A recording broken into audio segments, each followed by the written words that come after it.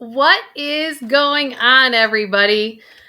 Julie Murphy here. I've spent the last 25 plus years being a financial planner. And you know what? I've recognized a couple patterns through those years. And I'm here to help you get through whatever financial patterns you have going on so that you can shift your life to be the one that you absolutely love. If you could do me a favor, can you hit that subscribe button, like, and hit that notification bell? And please share this with the people that you love because we need to start shining the light and having more financial fun in this world and live the life that we're all meant to live. And I'm here to tell you that we have to start filtering our finances through your heart. Filter your finances through your heart.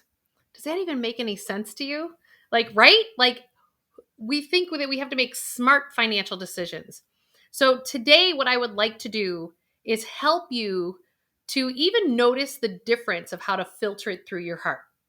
So if you would do me a favor, and you don't have to if it doesn't feel safe, but by all means, this is about creating a safe container. And I want you to start recognizing how you can approach things a little bit differently from instead of going through your monkey mind and giving you more anxiety or more frustration or more whatever discontent. You may not have anxieties around money, but maybe you just, you know what, it's never done it for you, and it's kind of something you've stuck your head in the sand in about. Whether you have too much or too little or somewhere in between, we all have our story around money. And if you want a different story around your money, this is what I am here to do, is to help you shift from where your story is today to where you'd like your story to be. Okay. So you may or may not choose to. And this is, I actually start my book out, Awaken Your Wealth, and teaching you how to optimize your money and your life. And if you go to awakenyourwealthbook.com, I'll actually stick that up here for you guys. You can actually get the book for free. I just need you to pay for your own shipping. But let me read the first caption here at the beginning. And some of you may choose to close your eyes, and some of you may just want to listen. The goal here is to have you try to drop into your heart, to get you to a different place of evaluation, to create what it is that you want to create in your lives. Man, because he sacrifices his health in order to make money, then he sacrifices money to recuperate his health. And then he is so anxious about the future that he does not enjoy the present. The result being that he does not live in the present or the future. He lives as if he's never going to die, and then dies, having never really lived. The Dalai Lama. Why would I put that quote at the beginning of a book? And why would that kind of a quote go into a book about money?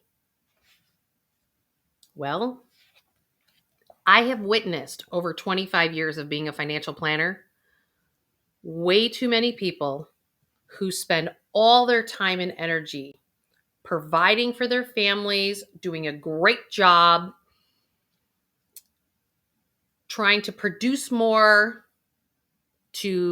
but required to live on less, but because inflation and prices are going up, your employer wants more, everybody wants more out of you. And more is not the answer. I live in the city of Chicago and the state of Illinois, and guess what? They keep raising taxes because they think just raising the top line is actually going to fix the stuff that's the problem. And guess what? That's never going to be what fixes the problem. It's just going to burn people out. And I think financially, a lot of people are burnt out. And what's fascinating to me is that it's time to get off of the treadmill.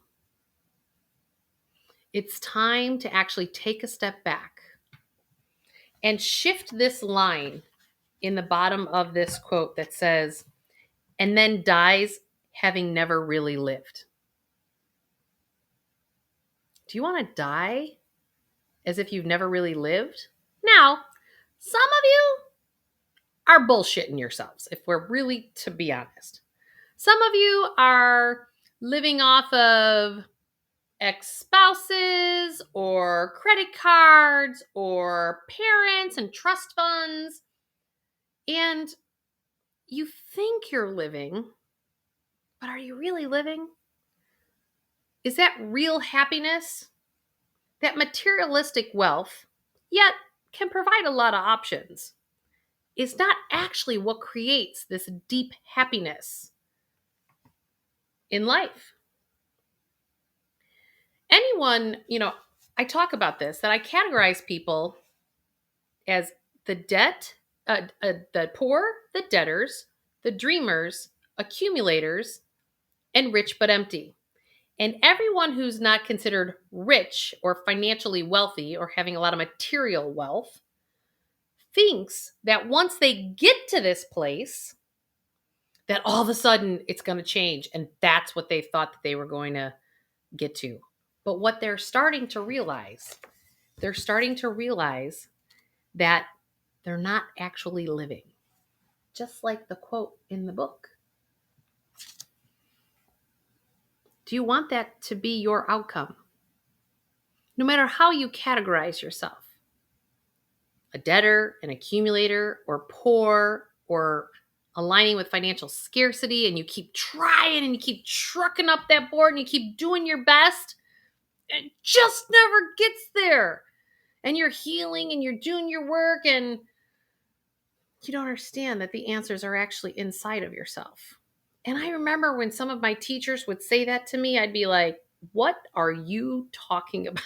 Inside myself? I already was in myself. Then I would already have the answers. Anyone got a monkey mind that's thinking like that? Because I've been down that road before. What it really boils down to is the fact that at any juncture along the way, we can live and be deeply happy. But that's an inside job, not an outside job. And so, how do we get to this place? Well, we have to start asking questions from a different launch pad, from a different viewpoint. Not because of what I think I should be doing or what my employer expects of me or my parents expect from me or the trust fund that's paying me a lifestyle makes me. Because honest to God, I've met with people who are worth $300 million. Guess what? They're not any less happier. Now, people who don't have that kind of money think that they're going to. I actually think that they suffer a little bit more on way other different levels. But it's human suffering across the board. And I know that seems so obnoxious to so many of you watching this video. But trust me, I grew up with 11 brothers and sisters. We had food stamps when we were a kid. I know what it's like to be financially scarce. I know what it's like to eat Spam and macaroni and cheese. And I'll never eat fried bologna ever again. I guarantee it. Been there, done that. So this is about you capturing the true essence of you and letting that be your financial motivator moving forward. Because remember, money is just the result of everything else that you're doing in your world. I had this person in a 21-day abundance challenge I did with my buddy, Aaron Dowdy. And you know what? He kept going to the business stuff, to the business stuff, to the business stuff. And often we do. There are a lot of people who are considered debtors, dreamers, and accumulators that have figured out how to make the income. Who's with me? Comment below. Tell me, like, hey, you understand what income affluence is all about. But then that tripwire, which I've made plenty of other videos on, are the debt. What to do about that? Because you've increased your lifestyle so fast that you've used debt as an instrument to leverage that. And guess what? It hasn't necessarily served you exactly the way that you thought it would serve you. So what do you do about it? So you have this income affluence, but we haven't really learned how to hold money in abundance. And it's because we haven't really figured out how to live from our hearts and to then allow that passion and that purpose to be then what we're paid for, and paid for in an abundant manner. It's super, super important. And this all has to come to do with the story about your money. So what I want you to do, I want to give you an assignment from this video, okay? I'm going to give you a little bit of homework. I want you to take a piece of paper and I want you to write down, what is your financial story that you desire?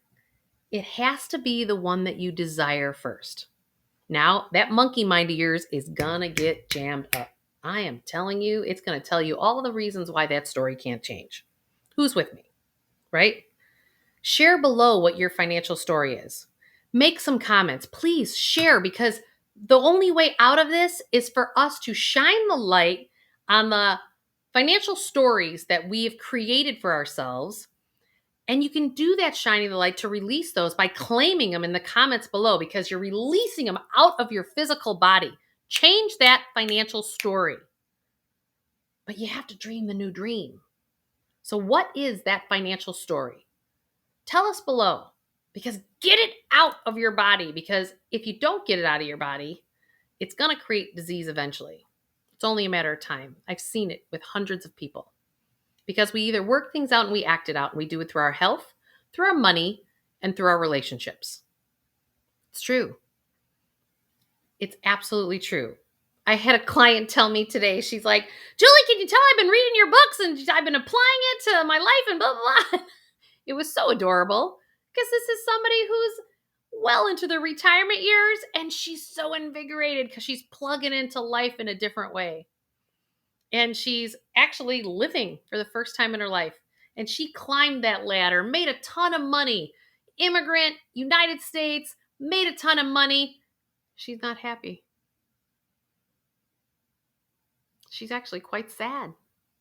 And she's redesigning it in her 70s. How beautiful is that? So if someone can redesign it in their 70s, guess what? You 20, 30, 40-year-olds, 50-year-olds, I know you can rewrite that story. Because somebody in their 70s or 80s can do it, so can you. I know it. So love yourself enough. Write down that financial story that you dream of. And then what do I want you to do? I want you to write down the financial story that you've been living by. Do that second. Do not do the old story first. I need you to dream the new dream. Then I need you to write down the current story, because that's the current reality. And then you know what I want you to do? I want you to take that piece of paper that you wrote on the old story, not the new one, the old story. The new story, I want it up on the fridge. I want you to write your story, and I want you to be damn proud of it, and I want you to put it up on the fridge, even though your ego has no idea how that story is going to come into fruition. You're not, let go of control. It's okay. Just let go of control. I want you to take that old story, that old, O-L-D, your old story. I want you to take that old story. I want you to fold it up. I want you to, actually, before you fold it up, I want you to read that story out loud. After you write it down, I want you to verbally read it out loud. I need you to allow those emotions to actually come up because of the old story and all the stuff that you've created around your money situation. Whether it's defunct relationships, you used money as power and control, or you have a lack thereof and you have too much debt, whatever your story is, we've all got a story. My story is, I used to exchange money for love. Boy, that was a hard lesson. Whew, that one hurt, gave me a nosebleed. Actually, a couple nosebleeds. But that's okay. Because guess what? That was my old story. That's not my new story. And then after you read that story out loud, because really, if you've read anything, again, my first book, and this is my workbook that goes along with it, Emotion Behind Money, you have to build your wealth from the inside out. What do I mean by that? That's about the fact that you need to actually feel the feelings that are stuck in your body that are creating the financial reality that you have. So you need to release those emotions, because they're crystallizing in your body, and years of that crystallization will create disease in your body.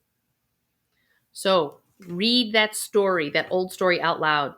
Feel those feelings, whether it's punching a punching bag or crying or whatever that is. Get it up and out of that physical body. I want you to fold that puppy up. And then what I want you to do, I want you to take that. Now be careful. Make sure you have a bowl around or something. I don't want you to do this. Don't do this by yourself. What I want you to do is I want you to take that piece of paper and I want you to burn it. Do you hear me? I want you to burn it in a safe place. I want you to light that fire. Get that fire lit. And here goes your old story. I want you to burn your old story, your old financial story. Let it go. Don't forget to hit that subscribe button, like, as you're letting go of those stories, and we'll get you to a life that you love. Thanks, everybody.